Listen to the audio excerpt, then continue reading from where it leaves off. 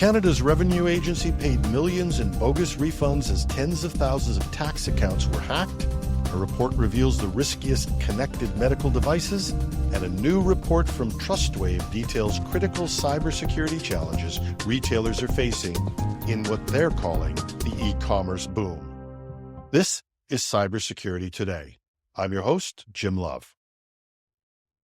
A new investigation by CBC's The Fifth Estate and Radio Canada reveals that the Canada Revenue Agency, the CRA, has been repeatedly compromised, leading to tens of thousands of taxpayers' accounts being hacked and millions in fraudulent refunds paid out.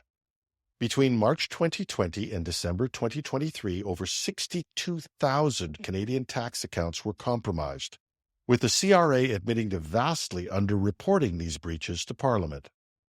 The investigation found that hackers had obtained confidential data, including credentials from one of Canada's largest tax preparation firms, H&R Block, to access CRA accounts, change direct deposit information, and submit false returns.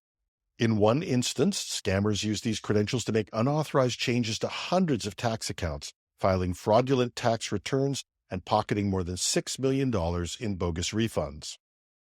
Despite these breaches, the public was not alerted to the extent of the compromises. Revenue Minister Marie-Claude Bibeau declined to provide comments on the issue, but the CRA admitted that it failed to identify the hackers or determine if the breach was internal or external.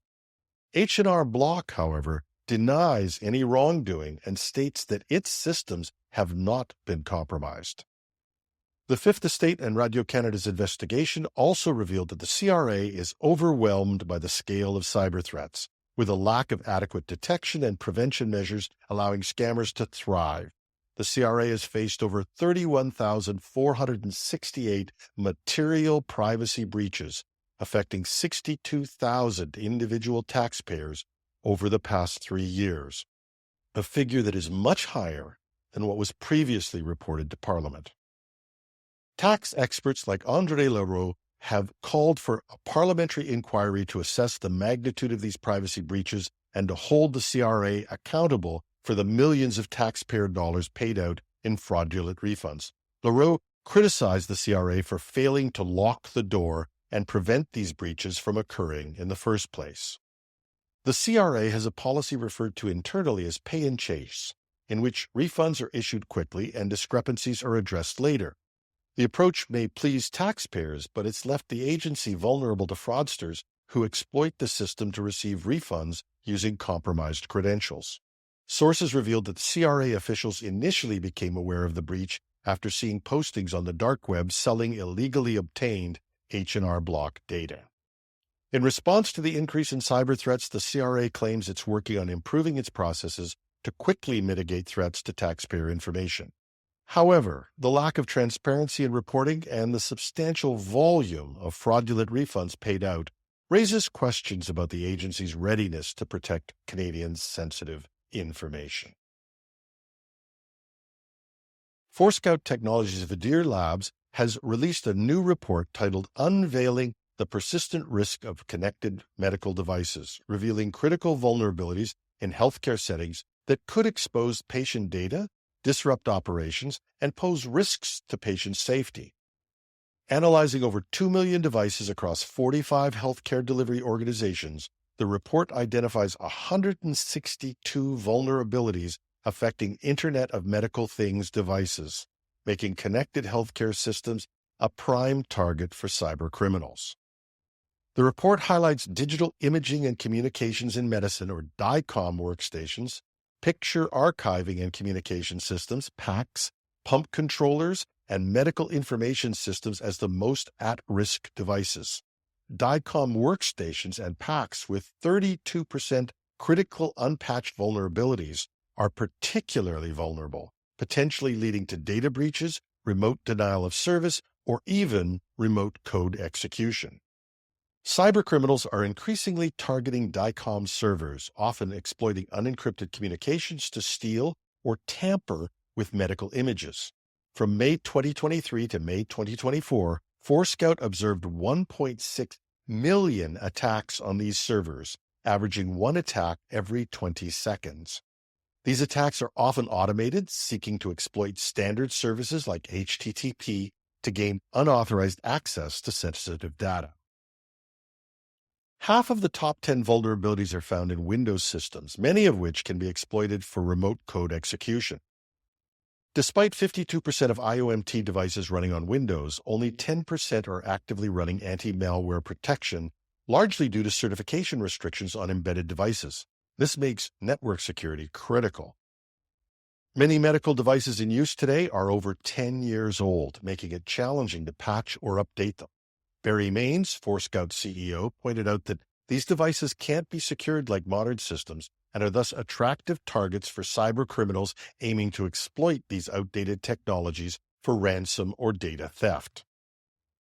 The report advises that to address these challenges, healthcare organizations must focus on identifying and classifying connected devices, mapping communication flows, network segmentation, and continuous monitoring to secure their systems. Daniel Dos Santos, head of security research at Vidir Labs, stated, "A single weak point can open the door to sensitive patient data, highlighting the importance of proactive defense strategies." The report emphasizes that without comprehensive security practices, healthcare organizations risk exposing sensitive patient data and compromising patient safety. Strengthening cybersecurity measures for connected medical devices is crucial for protecting healthcare networks against evolving threats. There's a link to the report in the show notes. The 2024 Trustwave Retail Risk Radar Report, released by Trustwave Spider Labs, highlights the evolving cybersecurity challenges faced by retailers as cyber criminals leverage methods such as phishing, credential stuffing, and malicious code to exploit stolen login credentials, session cookies, and consumer payment details. The report notes that the increasing popularity of e-commerce platforms has made them prime targets for cyber attacks, with 47% of stolen user sessions leveraging Amazon domains. Peak shopping periods like Amazon's Prime Day and the holiday season see increased transaction volumes and customer traffic, which heightens cybersecurity risks. Phishing remains a major threat, accounting for 58% of attacks on retailers.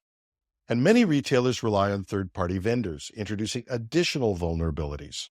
Rigorous vetting and continuous monitoring of third-party security practices, along with regular audits, are critical to mitigate these risks.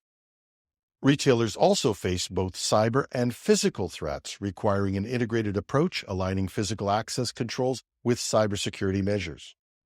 And the use of multiple payment methods, including credit cards, mobile payments, and digital wallets, allows attackers a wide number of potential attack vectors, including stolen session cookies and credentials, to bypass passwords and even two-factor authentication.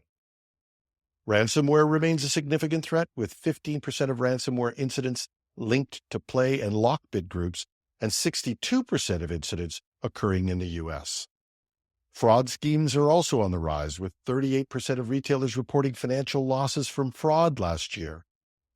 Attackers are often using simple brute force attacks, responsible for 92% of credential access attempts, underscoring the need for retailers to bolster defenses against automated hacking attempts. Major brands like Amazon, Walmart, Apple, and eBay have been primary targets of these attacks, and the report provides a detailed breakdown of how user credentials are frequently stolen on each of their platforms.